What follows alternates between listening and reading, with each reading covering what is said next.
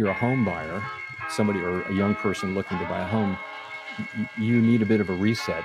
There is a possibility on the other side of this that inflation could actually be quite low. Welcome back to Real Estate Mindset. Today's video is going to be absolutely bonkers because this is a collaboration with the great and upcoming superstar, Ben Greco. Did I pronounce Yes, last sir. name right? Yes, sir. You got it. Yeah.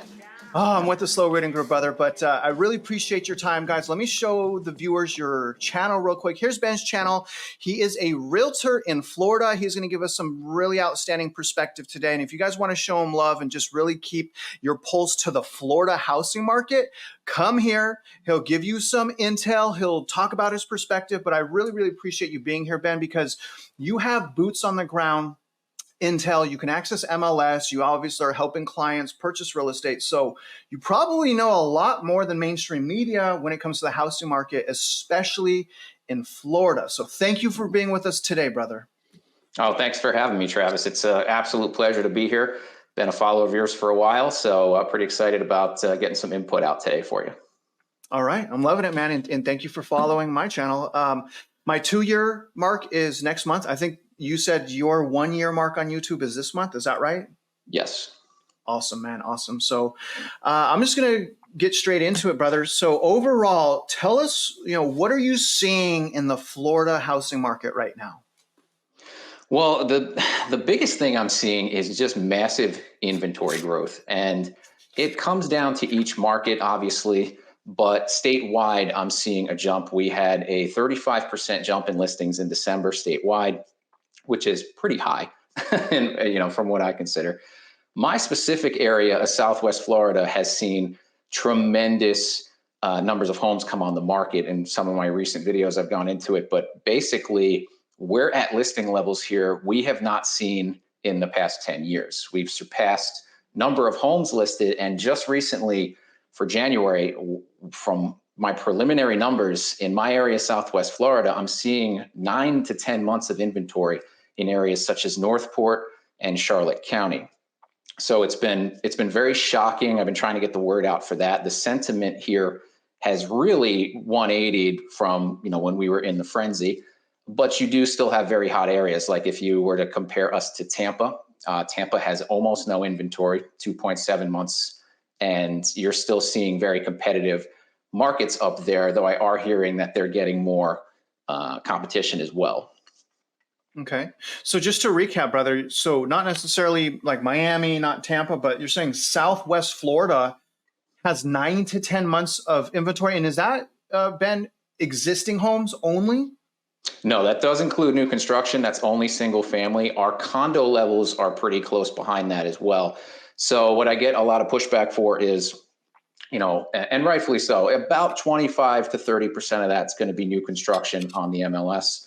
I'll have other people reach out and say, well, some of those are just, there's no slab, there's nothing. It's a pre-construction listing and it's on the market. Who knows if it ever gets built? They haven't even cleared the land.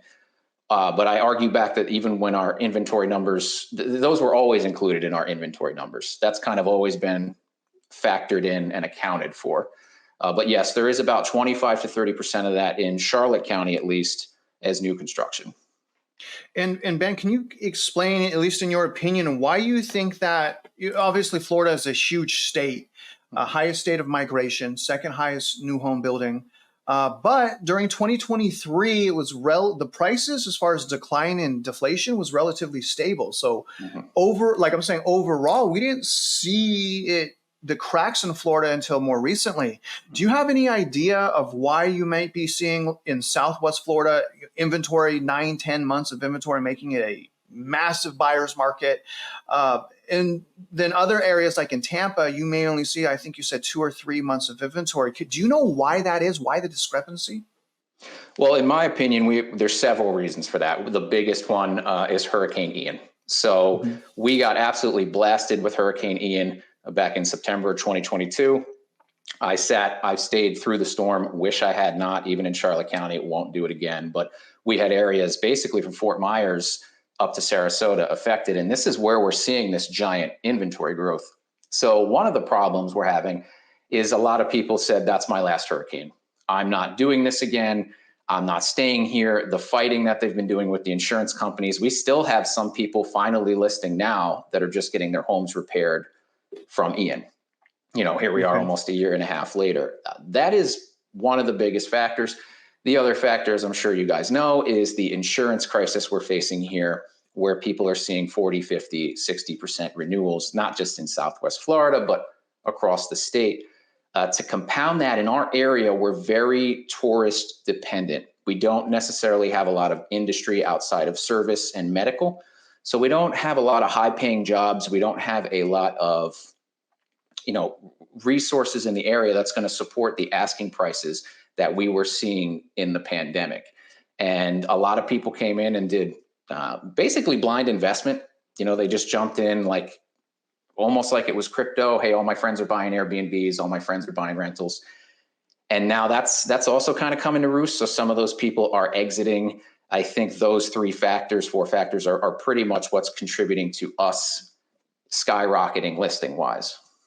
Yeah, I mean, if specifically when it comes to like the hazards of hurricanes, you're going to have like a compounding situation happen there, because not only are you going to have a lack of investor demand, now in those areas that have been hit by the hurricane, you're seeing 9-10 months of inventory, but also the insurance is going to be higher in those areas because that was a direct impact for the hurricane. Wherever there's direct impacts of the hurricanes, the insurance explodes in those areas. So from the sounds of it, not only do you have that 9-10 months of inventory growth, which is phenomenal, Southwest Florida, but you also have an area in that section where the cost to own from an insurance standpoint is going to be much higher per se, depending on other areas of Florida, which brings me to the next thing, Ben. I mean, the unaffordability. So we know Florida's a migration state. It's migration strong. And when that migration stops, we have yet to see price discovery. But can you talk about more specifically the unaffordability crisis in Florida as it pertains to not just homeowners insurance, brother, not just property prices going up and interest rates going up, but also property taxes? Can you go into what impact that's having on local homeowners, especially those that are on fixed retirement incomes? Yes, absolutely. I mean, that's a great point, and that's another reason many people on fixed incomes, their cost of living has not adjusted to keep up with all these increases here. And I have a lot of friends that'll come from around the country. People will come down from New York City and be like, "Hey, stuff's not cheaper here." And I'm like, "Yeah, I know. It's kind of the reality of it now. Even our gas and our food prices, everything, we're going through exactly what everybody else is." So the tax is not so much on someone on a fixed income. If you've been here for a while, you're basically protected by our homestead exemption. You've got the Save Our Homes cap on your taxes. I believe it's 3% per year. So you're kind of isolated from the taxes. The home insurance is going to get you.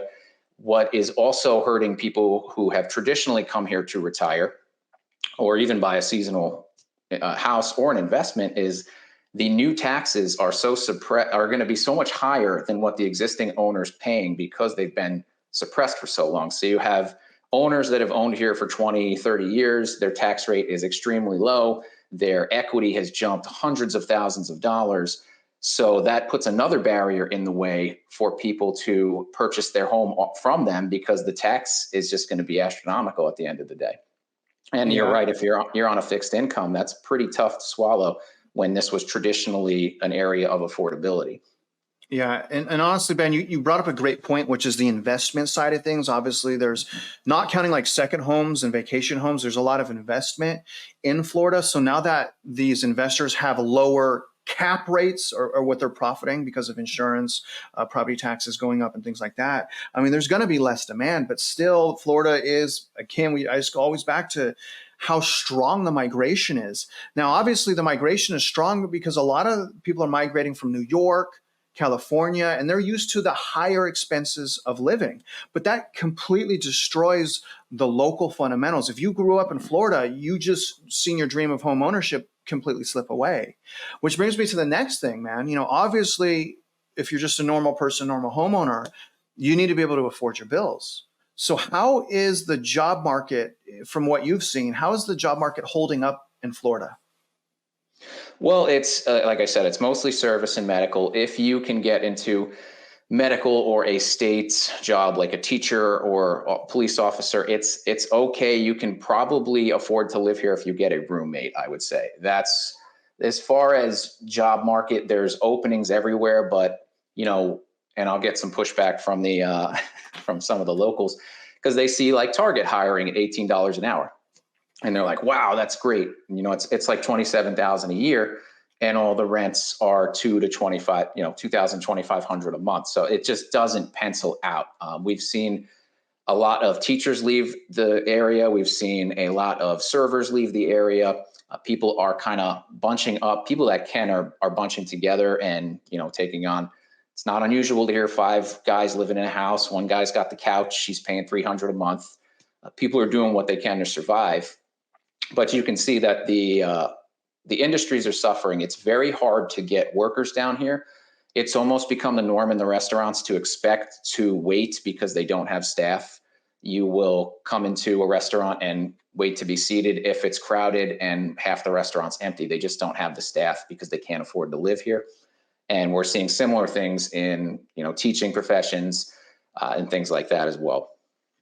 Okay, so from the sounds of it, you guys still have jobs, more government jobs, teacher jobs, but you and I both know those aren't jobs that are able to support the expense of home ownership. If you're working at a Target making $27,000, your mortgage payment's gonna be $3,000 a month. I mean, you got to have 2 managers at Target to get a house. I mean, it sounds like you have jobs. Sounds like the government is feeding some jobs as well, but it still doesn't, from the sounds of it, it doesn't seem like the wages are going to keep up with the unaffordability.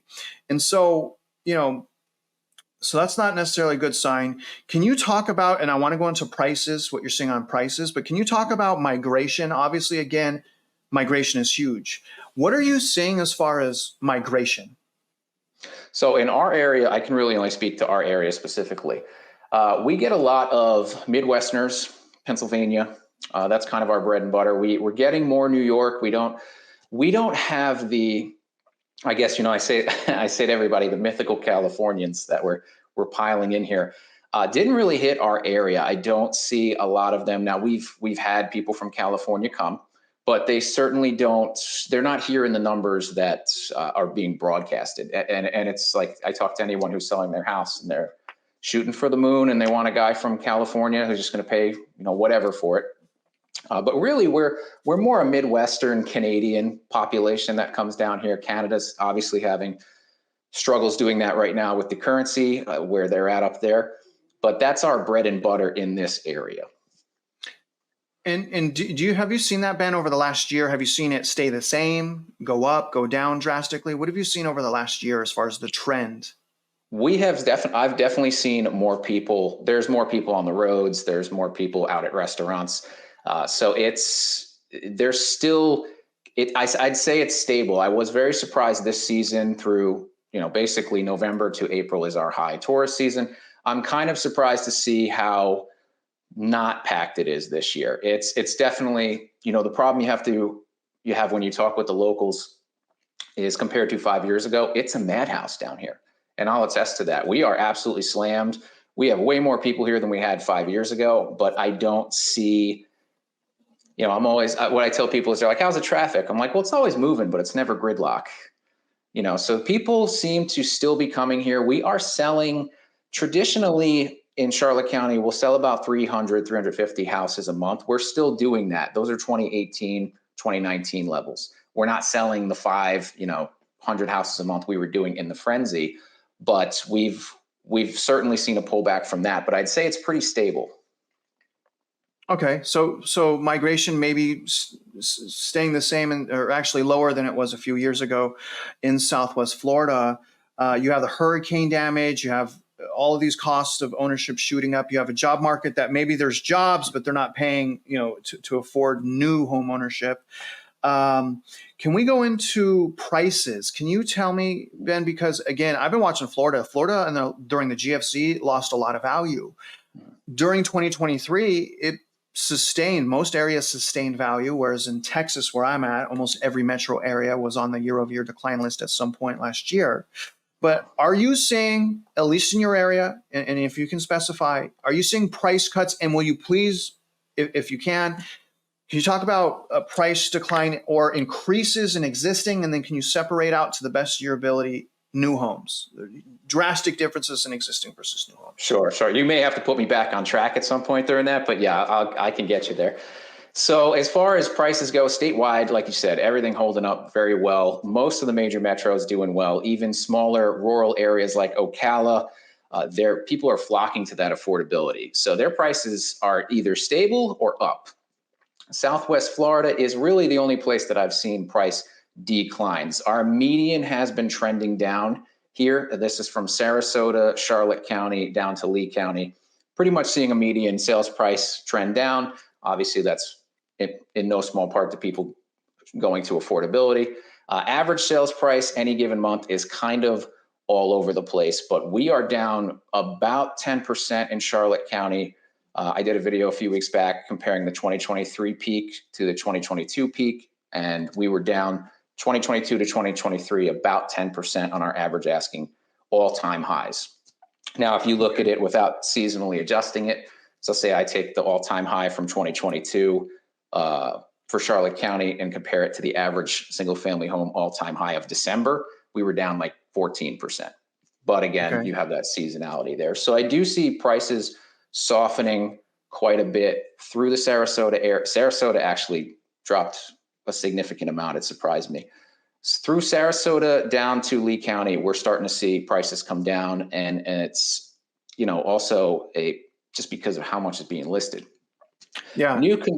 New construction, to speak to that, is they will kind of play with things down here. It will kind of fluctuate where the rates go.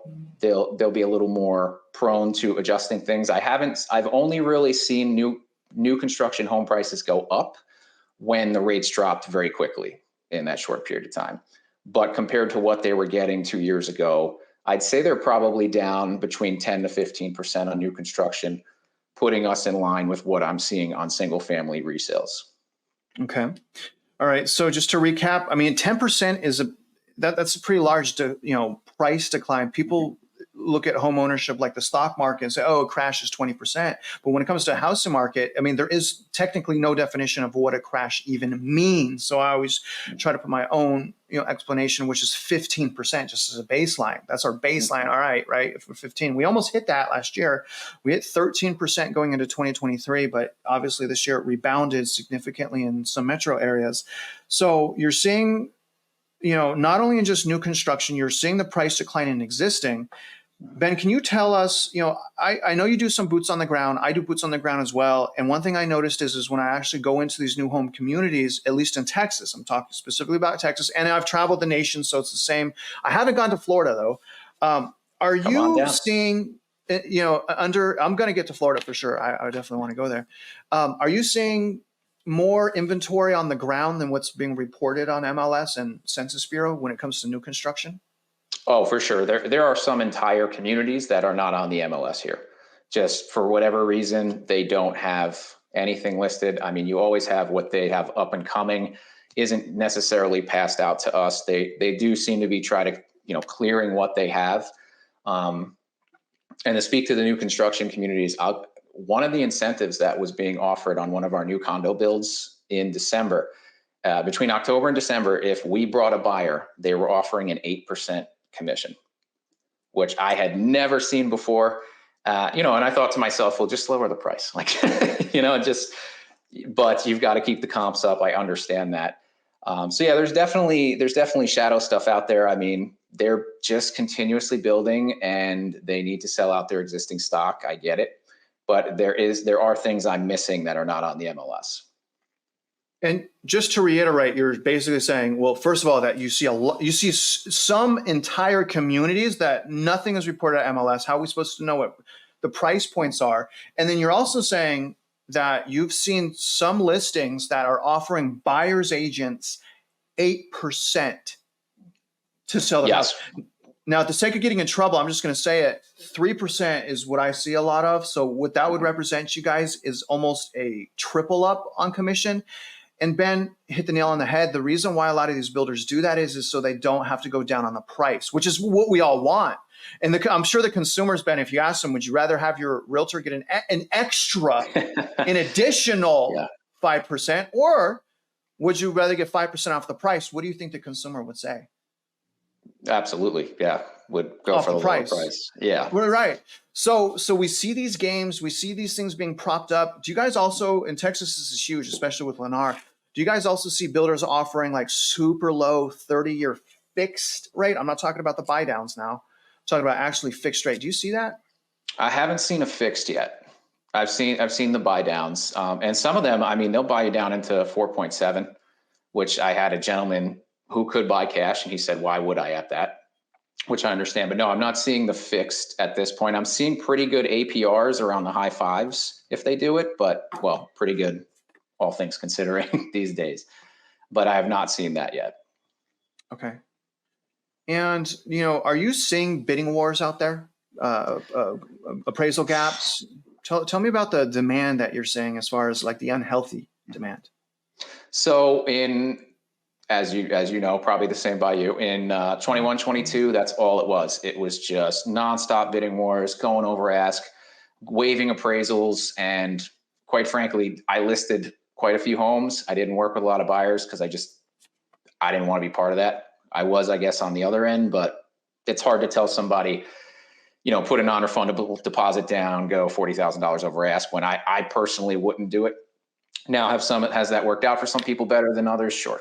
But no, that's where we get a little hung up down here. And what I'm trying to educate people on is there are areas, as I'm sure you've mentioned, in the Northeast, parts of the country where that is still going on with short supply, maybe even Tampa. Though I'm not hearing it's really a bidding war scenario, but it is tight. But down here, when I take buyers out, there's a lot of inventory to look at. There's a lot of new construction to look at. You can take your time. Nobody is waiving inspections. Nobody is waiving appraisals. And if we find homes that usually by investors or former Airbnbs, they're very easy to tell which ones they are because they don't take any of the tourism stuff out of them and they want to sell them furnished. If we find an overpriced house and we make a reasonable offer, what I'm finding is people see the headlines, see the national headlines, still think this specific area is a super hot seller's market. And they kind of dig their heels in and they'll barely counter. And we just go on to the next one. And I look 2-3 months later, that home's still there. But no, we're not seeing any of that unless it's priced to do so. If you competitively price a property under market value, yes, you're going to see some of that stuff, but it's rare. So it sounds like, as far as the entire state of Florida, that Southwest Florida, basically, for lack of better sentence structure, got a jump start on deflation for prices of houses as a result of the hurricane, natural disaster leading to an undesirable area and overwhelming expenses. So I want to ask you about the entire state of Florida, but before I do, Ben, can you define, in your own definition, what a real estate crash means to you? Yeah, people ask me that. That's tough. I lived through 2008. I wasn't in the industry, so I didn't pay too much attention for it, but I was in line, at Burger King with doctors applying for jobs. So I do remember that very well. A total crash to me, you've got it at 15. I'd say it's probably, in my opinion, got to be about 30%. I think we're in correction mode here, in my opinion, just because they went so high so fast. We were one of the fastest rising areas for prices in the country during the boom. So, now it's kind of reverting back. I don't know. A lot of people will reach out and say, hey, I don't want to catch a falling knife, or, do you see this going back 50%? And it's really hard for me to say because we've had so much inflation in everything else. So when I look around here and to the locals, a $300,000 starter home is absurd and it is hard to afford. I think it's almost the new $150,000, $200,000 starter home. I think they'll slide probably lower than that, but I would need to see like 30% is my personal opinion. All right, take a look. I'm going to throw this chart up and tell me what you think. I've heard some people also say 30%, but I want to show you basically when we look at the median sales price on a quarter over quarter basis, we look at the GFC, And I'll do the numbers for you. And again, this is just on the quarter over quarter basis here. So basically, during the GFC, home prices peaked at about 257, 400 right here. Now, again, this is quarterly only, but it hit a bottom of 208, 400. And again, this is just median on quarterly. If it's monthly, it's different. Just looking at quarterly. So when I subtract 208, 400 minus 208, 400, that means property values went down roughly $49,000 on a quarter over quarter basis. So when I divide the 49,000 into the peak prices, which is 257 right here, 19%. 19, huh? Okay. And then when we look at month over month, it's 29% during the GFC. And the reason I'm pointing that out is I've heard that before, and that's why I'm like at 15%. We don't need to go, and I'm talking nationwide average. So so maybe it was like Florida, because Florida went up more, but on a nationwide average, brother, last time, I mean, holy smokes, only 19% destroyed the whole economy on a quarter over quarter. I think it's 29% on a monthly. But the interesting thing is both of those numbers are below your 30%. So do you have a change of definition now that you've seen that, or are you sticking with 30%? Well, I mean, that's nationwide. I'd have to look at Florida to kind of come to that. It's just when you see how high we went here, I guess it's kind of hard to ratify it in my mind. Yeah.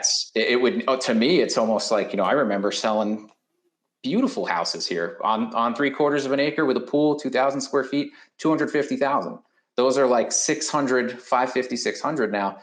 So maybe that's part of me in my mind saying like, it's got to go, to even get back. So I can understand it where people would say 30 and go, okay, we don't even need to get there.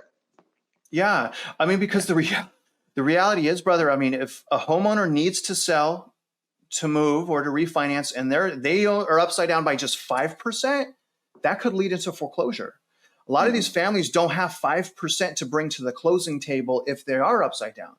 So say you got a family that can no longer afford, they list their house, but they have a $400,000 house, but they're upside down 5%, that's 20 grand. A lot of people don't have $20,000 to sell their house, and that's where people could get into trouble. And I'm not trying to knock you at all. I've been in the data like crazy, Ben. I'm all in this data, man. And I know you're local. I'm more looking at the big picture, but I'll dig deep into some metros. But my God, man, I mean, like 19% ravaged us last time, 29% on a month over month. But can you see prices? Realistically, can you see Florida as a state dropping 30%, or can you only see that kind of in the Southwest Florida?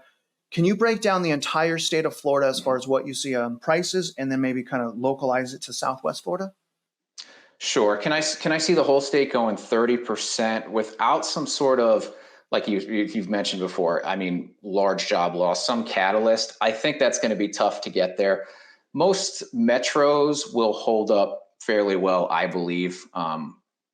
Down in Southwest Florida, again, with the lack of the industry here, is 30% possible? It's hard for me to say because of the inflation, because there's been so much inflation in everything else, and even in shelter. We would need such a massive deflation event that I have to stop myself short of saying, yes, definitely. Is it a possibility? Absolutely. Can I see that going that far statewide? That's a hard call for me to make, if I'm honest with you. Yeah. So what do you think the biggest factor would be in price decline in Florida? Biggest factor down here is probably if retirees continue to get squeezed the way they are. And what I've seen so far is a lot of people who had Florida on their radar for many years as a retirement hotspot have turned around and looked at some of the taxes, looked at some of the insurance, looked at the cost, and said, well, I'm going to North Carolina. I'm going to check out Georgia. I can deal with a couple of months of gray, a little cooler weather. And, I have friends in the North Carolina area. I know you've been up there, and he says every time he goes to pick up his kid from school, there's more Florida plates in the line. And even people that are living here are heading in that direction. So I think if we have some sort of catalyst, we don't get this insurance situation under control, that could probably push it in that direction. Okay. So basically the unaffordability. So you don't necessarily from your definition of 30%, you can't, it's hard for you to see that in Florida. It's probably, I believe you said it's also hard for you to see that Southwest Florida. But you are saying, in your opinion, the unaffordability would be the biggest factor, which I'd agree. But do you think that the job, because consumers need to pay, right? They need to get money to pay. Although Florida, it's like you're not even a local. Most of these recent homeowners are not even locals. They're just rich people with a whole bunch of money. So it's like this. It's hard to. I get what you're saying. It is hard to see. But are you concerned with the job market? I know there's this whole Disney World thing was going on with the governor over there. They were fighting back and forth about how they're the biggest employer of Florida and like all this stuff. Yeah. Do you think the Florida job market will remain resilient through recession? Through recession is tough. I mean, how to say any job market, is it going to stay resilient through recession? That's kind of hard to call. Down in Florida, we have never had a history of strong, high-paying jobs. So I think if we saw a 30% decline, it would take some job loss, but it might open up some of the lower wages that they pay here. It actually might, in my opinion, cause some people to come back. So if we lost 30% and there was still service jobs, I could potentially see people coming back here to work and live again and dealing with the other costs. That's just my opinion on that. Yeah, I mean, yeah, well, certainly the locals are gunning for a crash so they can afford it again, right? But, when we look at the laws of supply and demand, I mean, there's, other than Southwest Florida, I mean, the big thing here is inventory and inventory with existing homes. Mm-hmm. So like Southwest Florida, obviously you guys you said 9-10 months of inventory. For new homes on average, we've been at 6 months of inventory for 2 years. We're down on median from peak to now, 16%, year over year, 13 on average, 14%. But again, we've had 6 months or more of inventory for new homes for 2 years. So can you see a situation to where the inventory continues to explode, right? You're seeing at super high levels, buyer's market levels, like over 6 months is buyer's market. Can you see an extended period of time where we have a type of hyper supply buyer's market? Can you see that leading to lower prices? Maybe not 30, but can you see an inventory phenomena that creates years of maybe a little bit more steady lower price? Or do you just see maybe there'll be a blip, market crashes a little bit, but the buying demand's so great in Florida, migration's so great, people got big money in Florida, and then just a rebound after a small blip? What do you think is going to happen as far as like this crazy freaking market that we're in, man?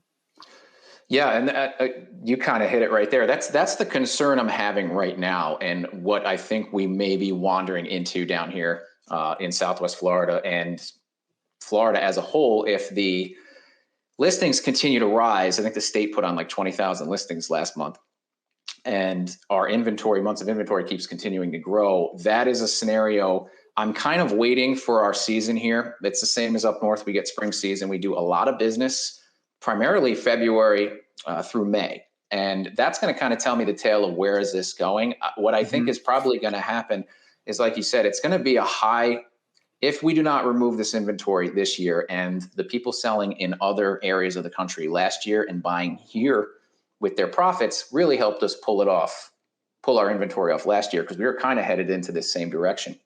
If we don't get that again this year and really take a lot of these listings off, then yes, I think it could be just years of hyper supply.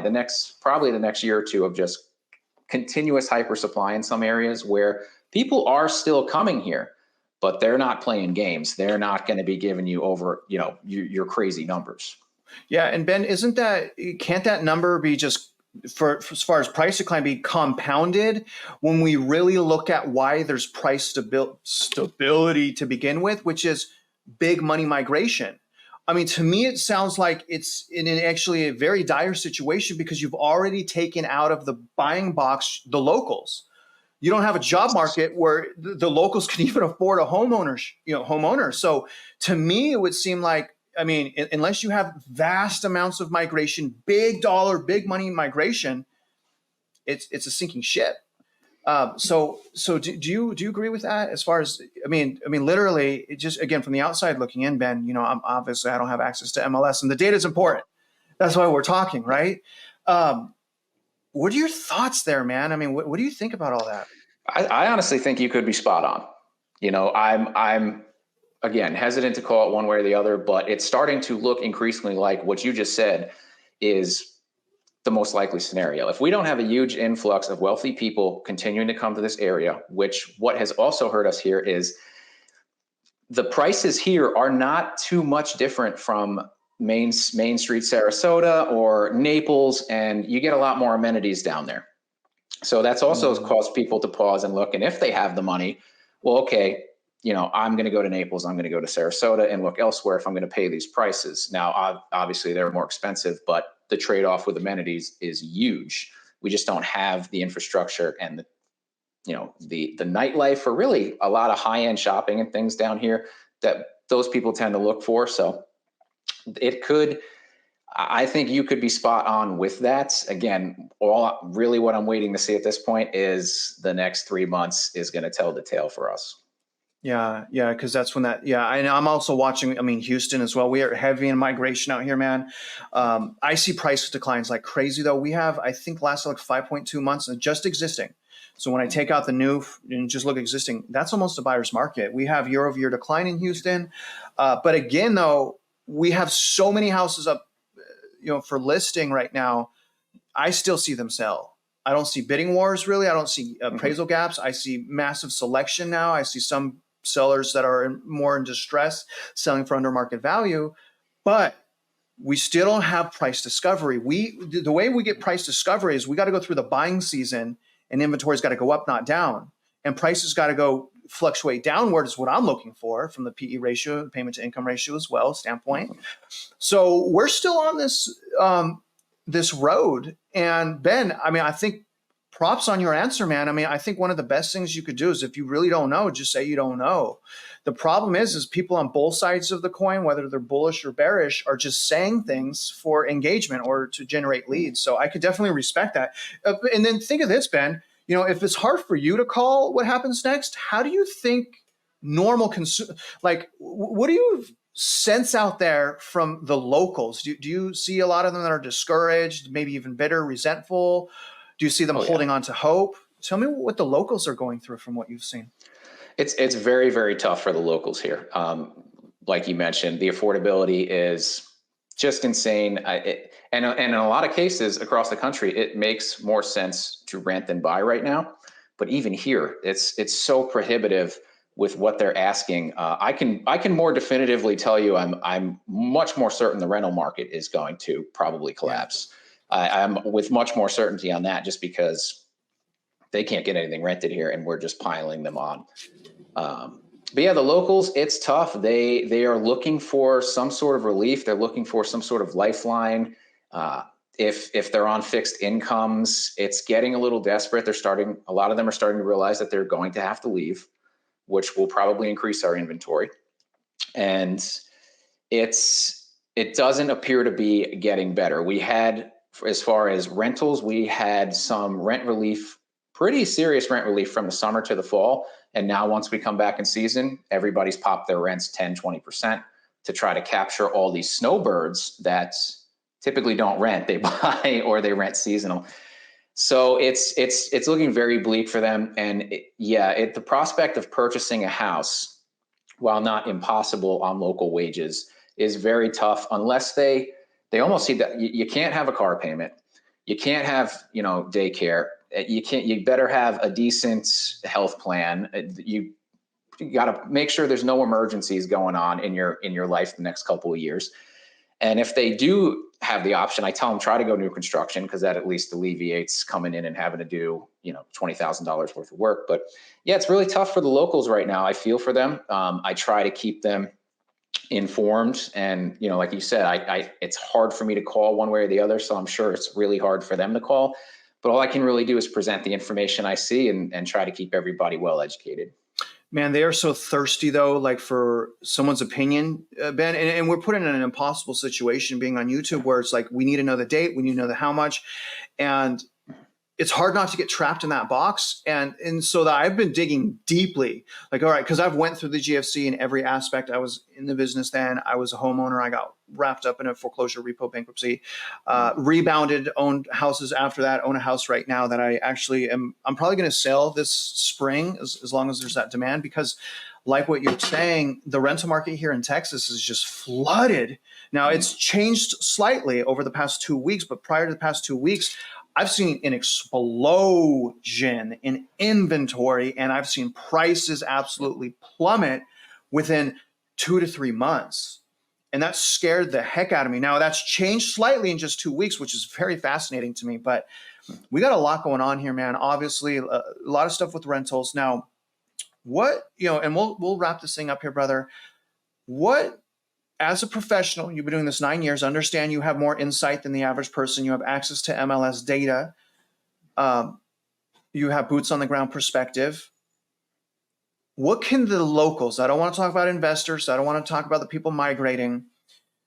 What should, in your opinion, if you can, and empathize with these people, what could the locals be doing right now to have the best chance of affordable home ownership?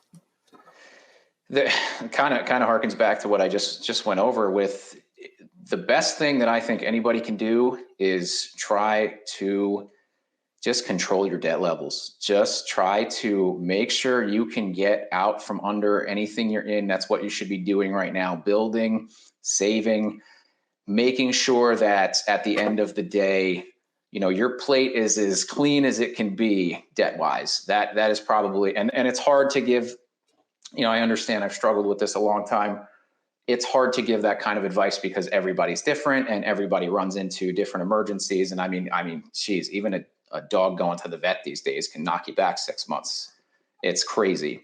But that would be what I would say for the locals is you really need to get that stuff under control, because if we have that 30% correction, you want to be ready, you want to have some money and, jump in.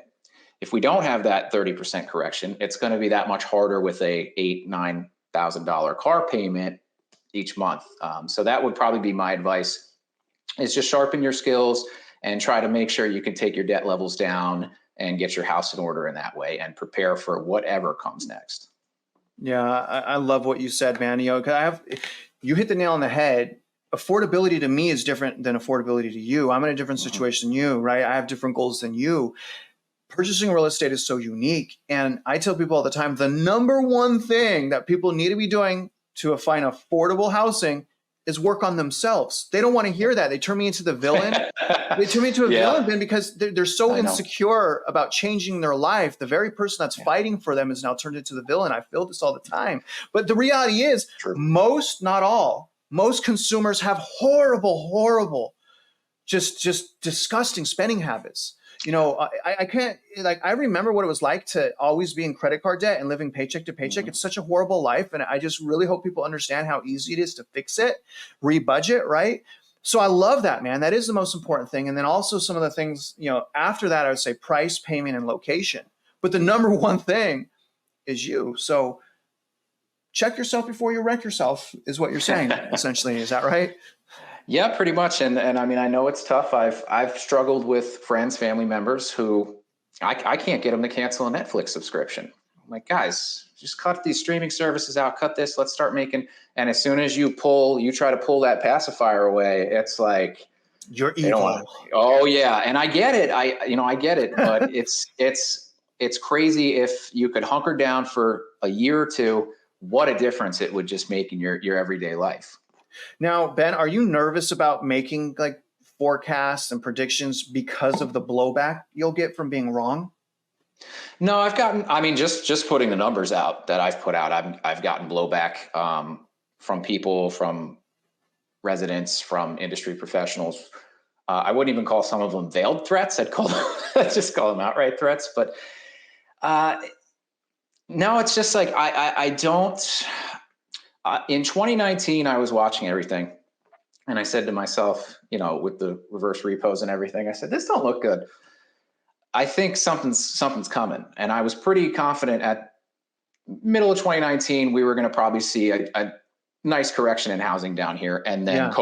COVID hits me, and I'm like, Yep. so that's just why it's so. I would have been more confident, but it's so hard because who knows what's on the table anymore is where my mind's at. I have no idea what's around the next corner, what they could cook up. So that's why I kind of stay just focused in the data right now, try to make Yeah. the best decisions I can. And you know, Ben, the way I look at it is, yeah, we don't know what's around the corner, but there are certain things that we know right now. And some of the things that we know right now is just how overinflated these assets are. We know right now that there's not a lot of room to squeeze out any more juice in the housing market. I mean, when we look at P ratio being over 40%, that's as high as it was in the 80s. But when we look at the equity run up, the actual price, it's worse from an equity run up standpoint. It's worse than the GFC in half the time. So these are the realities, right? What we don't know is the bailing out, the manipulation, and what the government's going to do. But we do know asset prices are freaking around the country, not even localized, are out of reach for the great majority of America. And when you remove America's ability to purchase houses at an affordable level, to me, it's a ticking time bomb. It's only a matter of time before it all comes crashing down. Now, one of the things I was blown away by was the amount of money, right? It's just something we can't fathom because we've never gone through a period of time where 25% of the money supply was printed in like 2 years. I've never been in a situation, Ben. Now, when I lost everything, maybe I could have, but the bank printed stimulus money and put it in my bank account. Yeah. The government was paying me money, and I'm just sitting back like, we got to save all of this. I was telling my wife, we got to save this. We don't want to fall into the rat race and spend, which is what most people did. Unfortunately, the top 1, 2, 3, 4% of people held that money. And they're on the sidelines and they're waiting to purchase, but the real estate market's huge, man. And so in that, man, I see Florida, when it does break and when it does crack, I see it crashing hard because prices and affordability are so out of reach from the locals.